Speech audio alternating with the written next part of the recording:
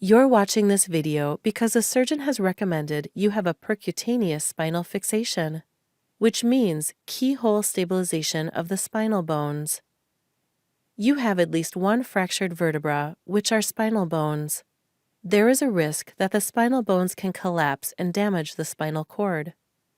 After being put to sleep, you'll be placed face down on a special soft mattress. At least 4 small keyhole incisions or cuts are made in the skin of your back. The number, length, and location will depend on your personal requirements. Here, we show 6 incisions, which is the most common number. X-rays or a 3D computer like satellite navigation for the spine are used to guide the surgeon to the correct levels in the spine. Special tubes are used to keep the muscles out of the way. Through these tubes, the surgeon can insert strong screws into the spinal bones, while avoiding the vital structures around. Next, 2 rods will be inserted to form an internal scaffold, which supports and adds strength to your spine. This will allow you to weight bear while the broken spinal bone heals.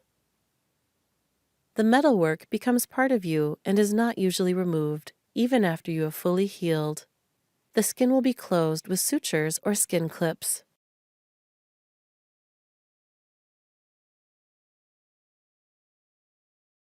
The purpose of this procedure is to reduce pain and improve mobility. We cannot guarantee that this will happen, but for most people that have this operation, there is some improvement. Out of every 100 patients, between 1 and 5 suffer from a minor or treatable complication from spinal surgery. These risks or complications may include wound infection. This is when bugs get into the wound and affect the healing. You may need antibiotics to treat it. Rarely, an operation is required if the antibiotics don't work. Bleeding or bruising, which usually resolves on its own over a few weeks.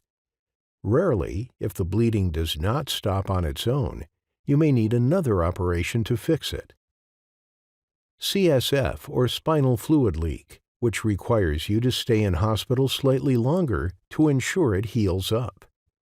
Sometimes, a further operation is required to fix this if it doesn't heal on its own. Some suffer an injury to a spinal nerve. If this happens, some patients suffer from increased leg, arm, or back pain. Some may have altered feelings on their skin or even a numb patch. This is often temporary, but it may, unfortunately, be permanent. Some people may form a scar around a spinal nerve.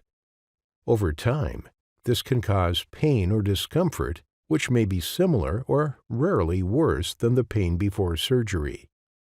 Even with surgery that goes according to plan, your symptoms may continue. In some cases, they may improve and then return again. The purpose of the surgery is to improve pain and mobility, but in some people it doesn't work or doesn't last. Most spinal operations require you to be face down to reach the spine. Parts of your body may feel pressure that they're not used to. This can cause soreness or even abnormal feelings in your body afterwards. This is usually temporary. In some cases, the bones fail to fuse or join together, or the metal implants may loosen or move. If either of these happen, you may need further surgery. These may include one of the following: damage to spinal nerves, which can temporarily or even permanently affect your ability to walk, control your bladder, or control your bowels. It could even affect the feeling around your genitals and your sexual function. If this happens, you may require a period of rehabilitation. It may affect your ability to work and live your life fully. There's also a very rare risk of complete paralysis, which is nothing working from the waist down. If a major blood vessel is injured, this can cause injury to the legs. It may require immediate surgery to try and fix this. Most spinal operations require you to be face down to reach the spine. There may be pressure on your face and eyes. Rarely, this can cause injury to the eyes, which can affect your eyesight permanently. Some people cannot tolerate an anesthetic safely. They may have had a bad reaction to the drugs or develop complications from surgery. This may include blood clots in the legs and lungs, or stress on your heart, lungs, and kidneys. If you've had a bad reaction to an anesthetic in the past, please make sure to inform your medical team. If one of these uncommon risks turns into a complication, extra procedures may be required, such as a blood transfusion or further surgery. If any of these serious complications occur and they cannot be treated, there is an extremely small risk of not surviving the procedure at all.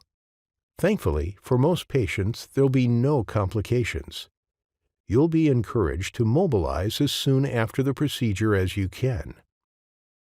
You'll be encouraged to do some walking and gentle exercise, which should build up over the next few weeks and months.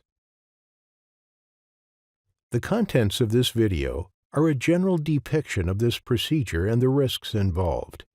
It's not necessarily accurate for your personal situation. Information specific to your individual circumstances is listed in the written consent information sent to you by your healthcare team. Thank you for listening. Please watch this again to ensure you have understood everything.